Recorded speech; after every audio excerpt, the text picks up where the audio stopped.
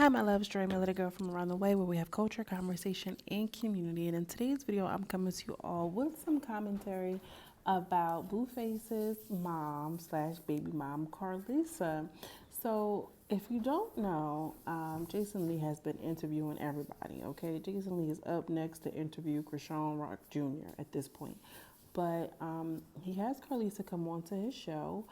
And we need to get into some things. I feel like it's starting to make sense. Before I hop into the commentary, though, make sure you like and subscribe to the channel. I'm trying to get to 10K by the end of the day, and I would love to have your support on my journey.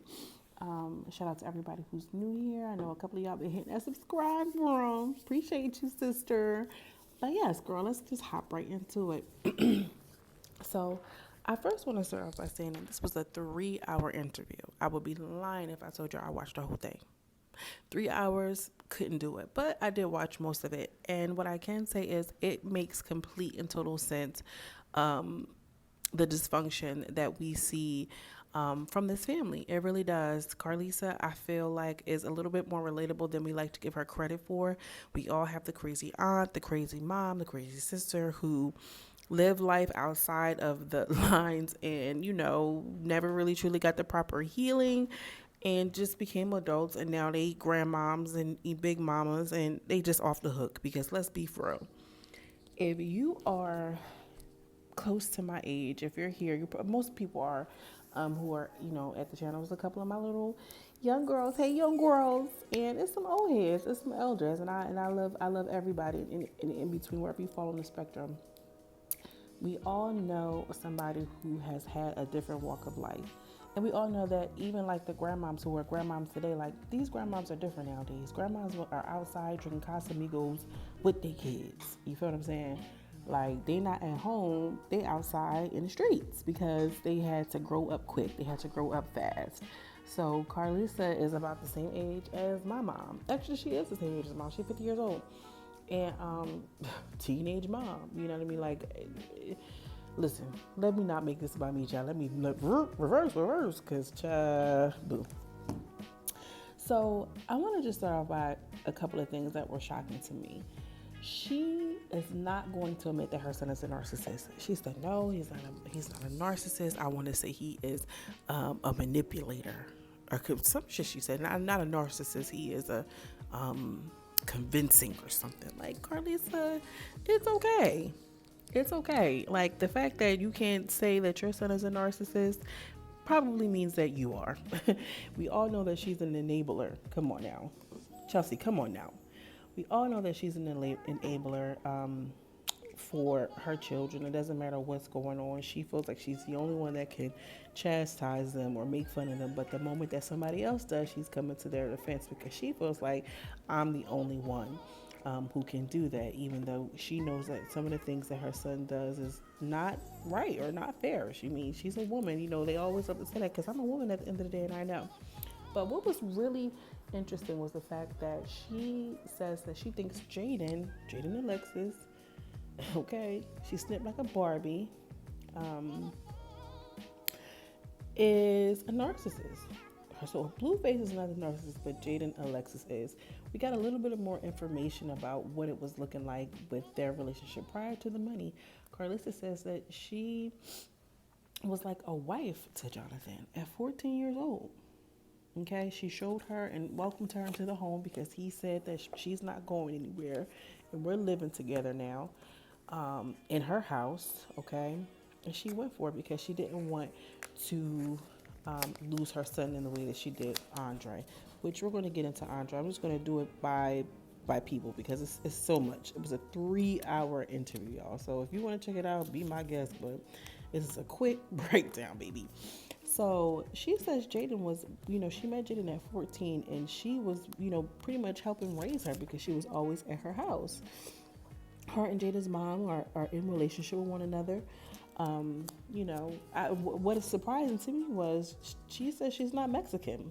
Her dad is a part Mexican. She's like, she's just mixed race. Child, that girl looked Mexican.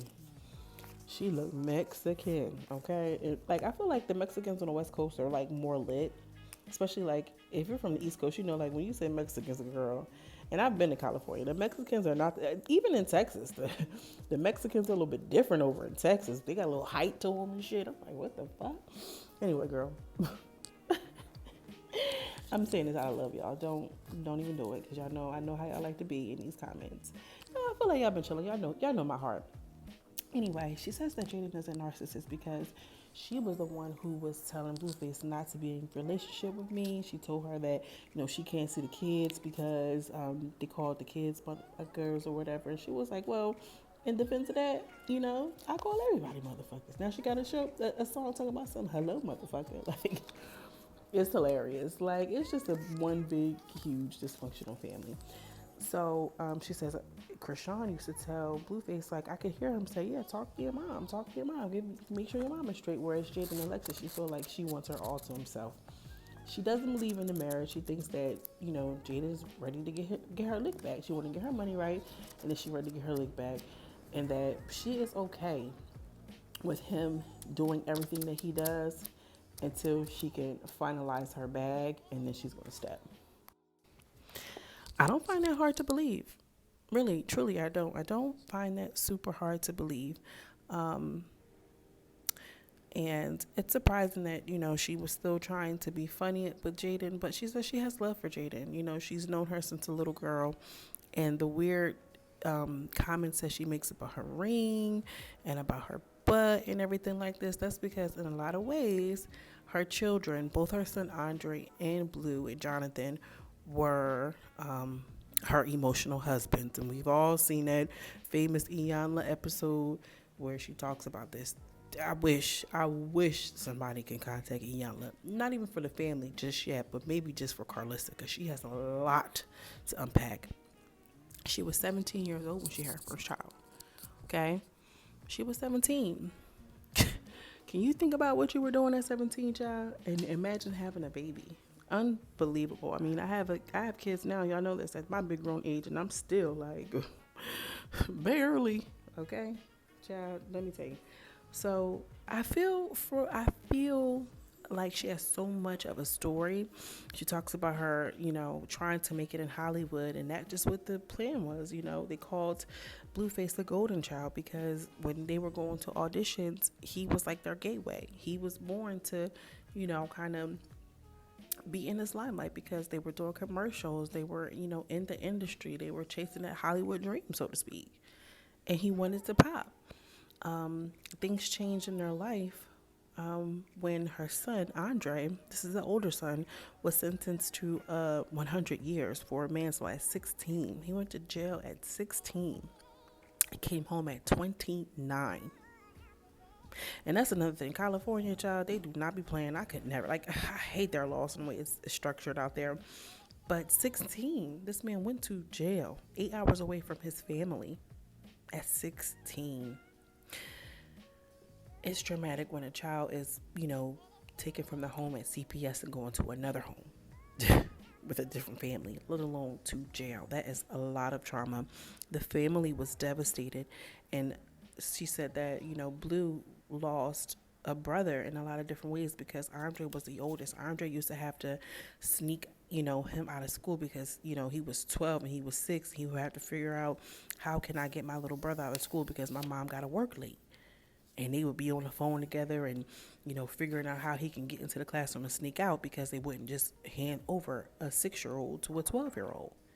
So he was the only father figure he really kind of, had, or at least father figure support that Carlissa had. So when her son went away, the family created a pact, like, we're going to do what we need to do to hold our brother down until he can kind of get back. And it's almost as if, like, he was the father figure, so let's do what we can.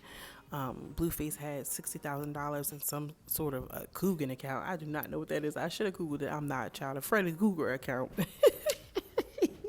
Childish. He had $60,000 in a Freddy Krueger account.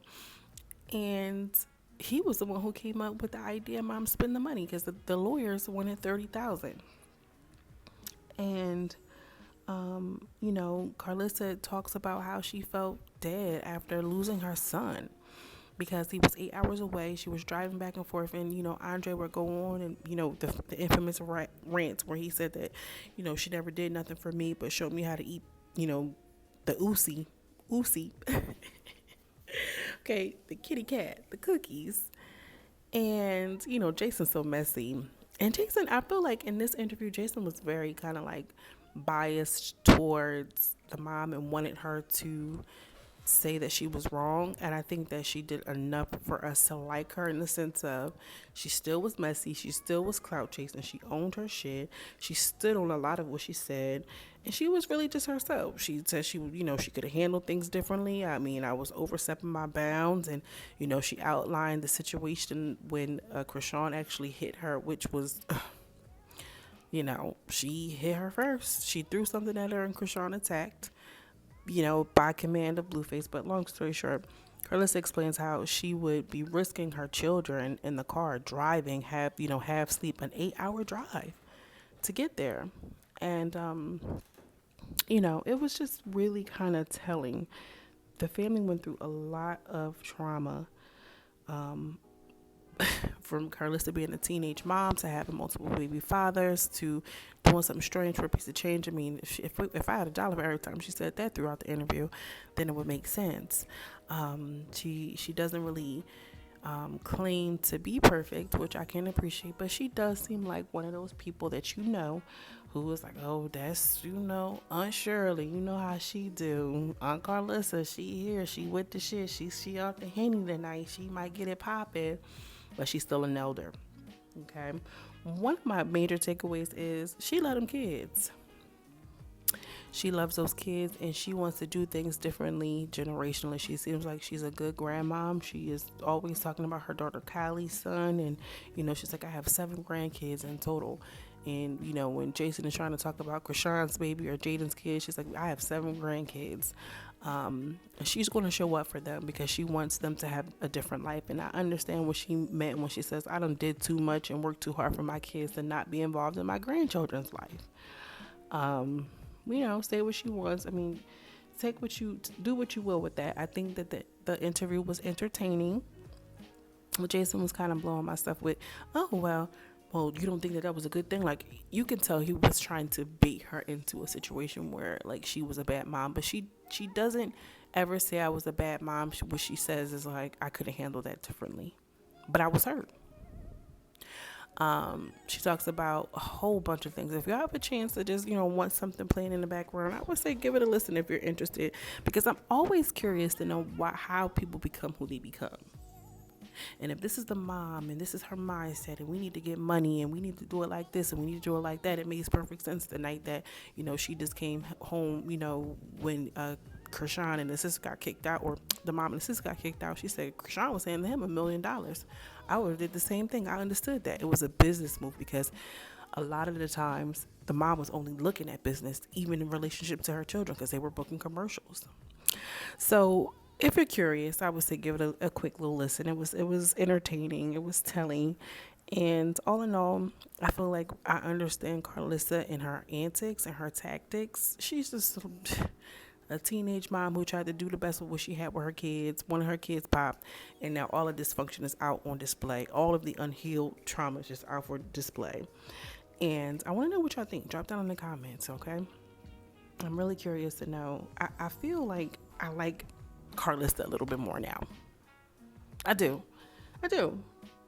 And I see how that's his mom. Truly, because it's a lot. I don't see the connection between her and Krishan. Like, oh yeah, that's you when you was younger, but it is what it is. We're gonna get the conversation going. Let me know what you think. Drop down in the comments. As always, I'm sending you much love and much light, and I will see you in the next video. Peace.